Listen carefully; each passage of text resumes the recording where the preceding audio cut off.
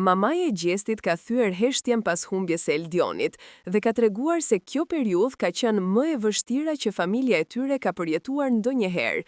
Ajo shprehu se dhimbja është e madhe dhe e papërshkrueshme, sepse humbja e një fëmije ndryshon çdo ndjenjë, çdo ditë dhe çdo frymëmarrje. Megjithatë, ajo po përpiqet të gjejë pak forcë për të folur, sepse e di se njerëzit duan të dinë se si po ja dalin. Ajo tha se si ajo, ashtu edhe Gjesti, po përpiqen çdo ditë të marrin veten dhe të kuptojnë këtë realitet të ri që u ka rënë mbi supe. Sipas saj, çdo mëngjes është një betejë emocionale. Të dy zgjohen me mungesën e Eldionit që ndihet në çdo qofshe të shtëpisë. Është shumë e vështirë të vazhdosh ditën si të mos kishte ndodhur asgjë, u shpreh ajo me një zë plot mall. Në rrëfimin e saj, mamaja tregoi se Gesti po përpiqet të jetë i fortë për të, edhe pse ajo e kupton qartë se sa shumë e ka prekur humbja e të vëllait. Ai mundohet të shfaq forcë, por nën si nën, ajo e di që brenda tij ka shumë tristim dhe mendime që nuk i shpreh dot me fjalë.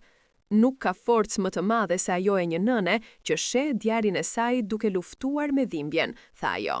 Ajo foli edhe për momentet kur Gesti mundohet të buzëqesh, të mbajë ritmin e jetës dhe të mos dorëzohet, por theksoi se zemra e tij është ende mbushur me mall e mungesë. Ai e ka qarë këtë dhimbje në heshtje, në mënyrën e tij, shtoi ajo, duke treguar se secili prej tyre po e përballon me ritmin dhe mënyrën e vet. Pavarësisht dhimbjes së madhe, mamaja nuk harroi të falenderojë të gjithë ata që kanë dërguar mesazhe, lutje dhe fjalë të mira. Sipas saj, kjo mbështetje ka qenë një krah i padukshëm që i ka mbajtur në këmbë në ditët më të errta. Ajo tha se është prekur thellë nga ngrohtësia e njerëzve që nuk i njohin personalisht, por që i kanë qëndruar pranë me zemër. Ajo shtoi se procesi i marrjes së vetes është i ngadaltë dhe i pasigurt. Ka ditë kur mendojnë se po e përballojnë më mirë dhe ditë të tjera kur dhimbja rikthehet më e fortë se më parë. Nuk ka udhëzues se si të shërohesh nga një humbje e tillë, tha ajo. Vetëm koha, afërsia dhe dashuria mund të bëjnë ndonjë ndryshim. Ajo tregoi se përpiqen të merren me gjëra të vogla që u japin sadopak qetësi, si një shëtitje, një bisedë e lehtë apo edhe një kujtim i bukur për Eldionin. Këto momente i ndihmojnë të kuptojnë se edhe pse jeta ka marrë një kthes të rënd, ata duhet të vazhdojnë, qoftë edhe ngadalë.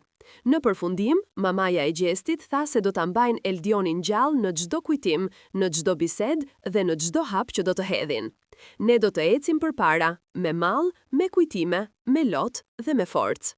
Ai ka qenë drita jon dhe drita nuk shuhet kurrë, përfundoi ajo, duke lënë të kuptohet se dashuria për të do t'i shoqërojë gjithmonë.